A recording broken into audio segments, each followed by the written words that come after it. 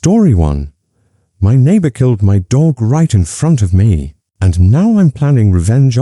My elderly neighbor with terrible vision and hearing killed our 10-year-old Great Pyrenees right in front of us. Didn't even slow down, and then his daughter blocked me when I tried to reach out. Now I'm spiraling with revenge plans, and I need to know, will it actually make me feel better? I'm a 31-year-old woman. This past weekend, something happened that has completely destroyed me, and I don't know how to process it. My elderly neighbor, who has horrible vision, severe hearing problems, clearly isn't mentally sound, and absolutely should not be driving, hit and killed our 10-year-old Great Pyrenees head-on at 30 to 40 miles per hour, directly in front of us. I witnessed every single second. We were in the front yard collecting pecans from our tree when our dog wandered toward the road. We yelled for him to come back. Our neighbor didn't stop. He didn't slow down. Not until he realized he'd hit something. How does someone driving a small Ford Ranger not see a white 80-pound dog, the size of a mini horse? What if it had been one of the children who were outside with us that day? My parents are out on the farm constantly, crossing roads, parking on the side to close gates. Several family members live on the same road as this man. What if he hits one of them? Beyond killing our dog, he's a genuine danger to everyone on that road. I screamed and cursed at him in a way I've never screamed at anyone in my entire life. It's been almost 3 days, and I'm still physically sick with rage. I genuinely wanted to put my hands on this man. The only thing that stopped me was my baby. Otherwise, I truly believe I would have. I've already spoken to a sheriff who offered minimal help because we don't even know if this man still has a valid license. There's a report I can file with the state, but if he's already driving without a license, clearly nothing's going to stop him. I even reached out to his daughter, and she blocked me. Fantastic. I'm already medicated and in therapy for anxiety and anger issues. I've been spiraling since the moment it happened, consumed with thoughts of revenge. Everything from absolutely horrific acts to slightly illegal minor inconveniences. I don't know if I can ever let this go. I don't know what to do with these feelings because the scene keeps replaying in my mind on an endless loop. I'm even having trouble falling asleep. I've already figured out and planned something I feel fairly confident I could execute and get away with. It's actually concerning how quickly I assembled the pieces and identified the perfect opportunity for what I consider light work, something that would upset and inconvenience him. But here's my actual question. Will doing it make me feel any better? I genuinely don't know if revenge will help me heal or just make things worse. I need perspective from people who've been here before. Story 2. I got the restaurant shut down by the health department after they cut my hours. They cut my hours 3 weeks in a row after 9 years of loyal service. So I made one anonymous call to the Department of Health about their roach infestation. And by the time I was done, the restaurant was shut down with a B rating and management was fired. Mess with my hours? Here's what happens next. This happened while I was working at a restaurant where I'd been employed for over 9 years. 9 years of showing up, doing my job well, and never causing problems. Then we got new management. They had zero interest in doing things properly and started cutting corners on absolutely everything. This also meant getting rid of older employees who actually knew how things were supposed to run. My hours got slashed. So, did the hours of many other long-term employees who'd never had performance issues. They simply didn't want experienced workers around who might call them out. After not appearing on the schedule for the second consecutive week, I knew exactly what was happening. Human resources was a complete joke at this point, and our complaints were falling on deaf ears.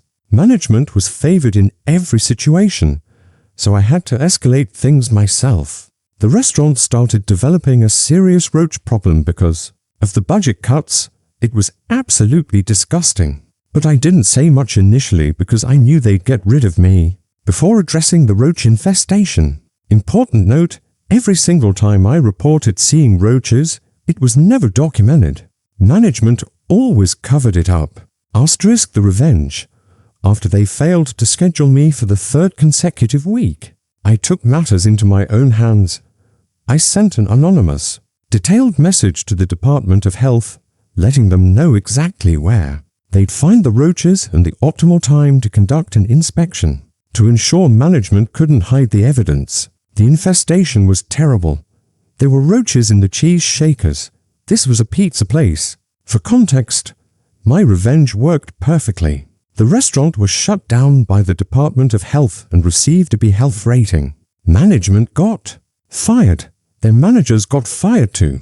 So not only did I get the restaurant shut down and publicly demoted to a B rating, but I got multiple levels of management terminated. Cut my hours after 9 years of loyalty. Now you know what happens next. Time.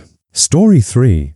I exposed my dad's affair at my parents' anniversary party. After years of being called a failure, my parents spent my entire life telling me I'm a disappointment compared to my perfect doctor sister. They almost didn't invite me to their 25th anniversary party and called me dysfunctional. So when I discovered my dad's affair, I stood up in front of 200 guests and told everyone the truth. Now my family says I destroyed their marriage. I'm the black sheep. I've always been the black sheep, and my family has made sure I never forget it. My younger sister is a doctor, married to a lawyer, has 2 perfect children, and lives in a massive house. I'm 31, work as a bartender, single, and rent a studio apartment. My parents have made it crystal clear my entire life that I'm a disappointment compared to her. Every family gathering follows the same script. My dad makes comments about when I'm going to get a real job or grow up and settle down. My mom compares me to my sister constantly. Your sister was already in med school at your age. Your sister never gave us this much stress. It's exhausting and demoralizing, but I'd learned to live with it. 2 months ago, my parents announced they were throwing a big celebration for their 25th wedding anniversary. My sister was planning everything. I wasn't invited to help. Actually, I almost wasn't invited at all. My mom called 3 weeks before the event and said, I guess you should come, but please try to dress appropriately and don't embarrass us. I told her I wasn't coming. She responded, fine, we don't need our dysfunctional child ruining the celebration anyway. That hurt, but I was used to it by then. Then my sister called.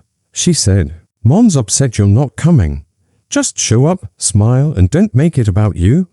I said, why would I want to celebrate their marriage when they treat me like garbage? She replied, because you're selfish and everything is always about your feelings. Grow up. I hung up on her. But then something happened that changed everything.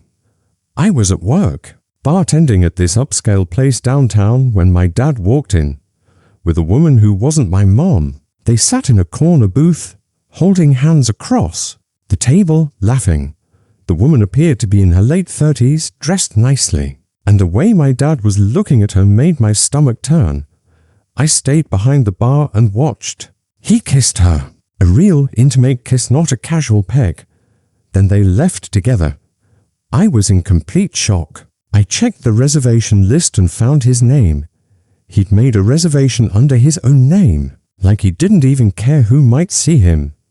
I asked my co-worker if she'd seen my dad there before. She confirmed he came in every Thursday with that same woman and had been doing so for months. I sat with this information for 2 weeks. Part of me wanted to tell my mom immediately, but another part thought, why should I? They've treated me like dirt my entire life. Then my dad called and said, your mother wants you at the party. You're going to come, you're going to behave yourself, and you're not going to cause problems like you always do. That's when I made my decision. I went to the party. It was held at this fancy venue with probably 200 guests. My sister gave a toast about how our parents were relationship goals and an inspiration to everyone. The crowd applauded. My dad had his arm around my mom, looking incredibly proud of himself. Then I stood up. I said, I'd also like to say something. My sister tried desperately to wave me off, but I kept talking. I said, I want to congratulate my dad on 25 years of marriage to my mom. I also want to congratulate him on his months-long affair with the woman he meets every Thursday at the restaurant where I work. The room went completely silent. My mom's face turned white. My dad said, "Sit down." Now, I continued, "I've watched.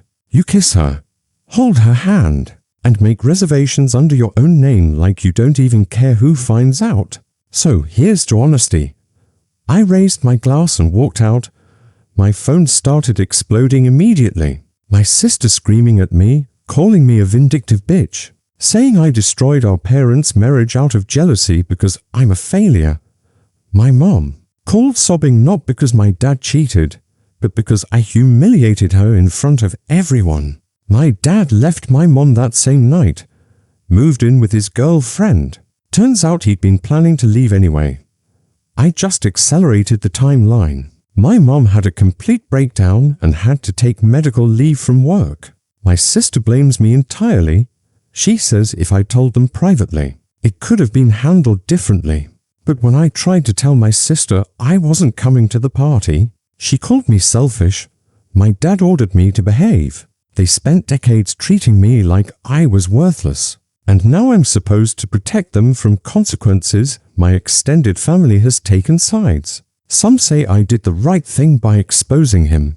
Most say I'm a horrible person who publicly humiliated my mother out of spite, that I should have told her privately, that I destroyed the family. My mom won't speak to me. My sister sent me a message saying I'm dead to her, that our mom is a shell of herself and it's my fault. Even relatives who think my dad's the real villain agree I handled it the wrong way. So, I'm asking honestly, was I wrong? Should I have kept quiet or told my mom privately instead of exposing everything at their anniversary party? Story 4. I became a monster in the woods and scared my bullies half to death.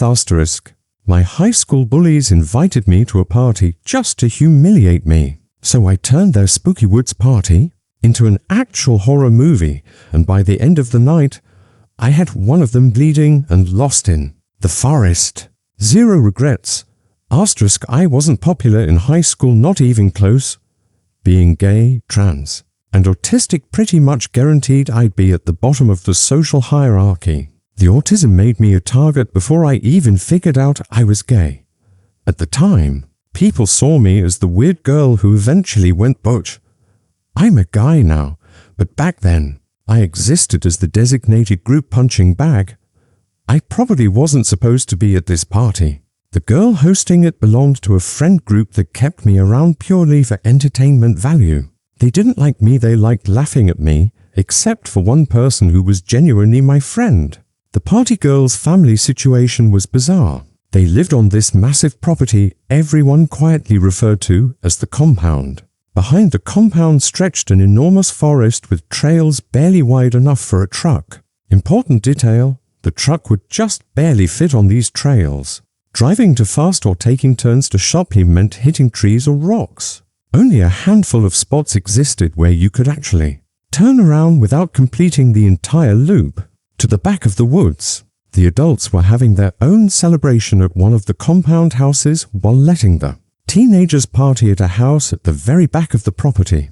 Right next to the woods, they weren't far away, maybe half a mile up the road.